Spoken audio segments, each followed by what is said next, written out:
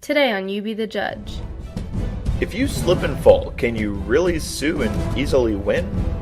Go inside a real-life slip and fall claim and see what a judge looks for when determining who is at fault. We'll show you the facts and let you be the judge.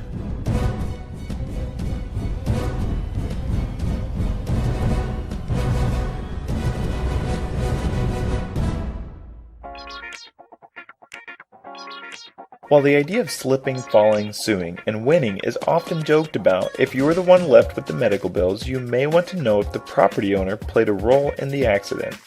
How does a slip and fall claim work? First, who do you sue?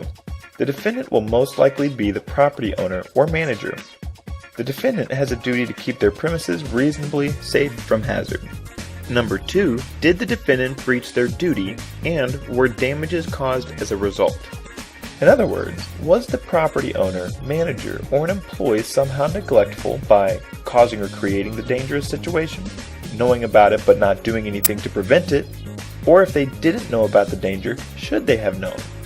Not only must you prove that the defendant breached their duty, you must also prove what is called proximate cause, which says that the injuries were the result of that specific accident. 3. Did the defendant act reasonably? If someone trips over an object left on the floor, was there good reason for the object's position, or could it have been easily and reasonably moved before anyone could trip on it? Did the property owner take precautions to minimize danger? How long was the danger present prior to the accident? Number 4, was the injured person acting carelessly? Everyone has a duty to protect themselves and to be careful. Would another person in the same situation notice and avoid the danger? Was there a legitimate reason that the person was on the property? Had the owner placed a barrier or warning sign for the danger? Was the injured person engaged in activities that could increase the chance of slipping and falling?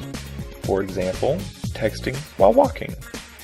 In a slip and fall lawsuit, both sides will attempt to prove that the other was at least partially at fault. In some states, there is contributory negligence.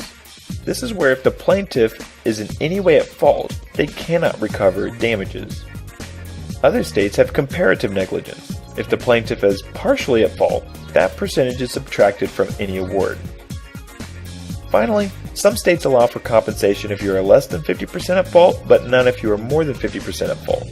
Ultimately, the injured person bears the greatest burden of proof.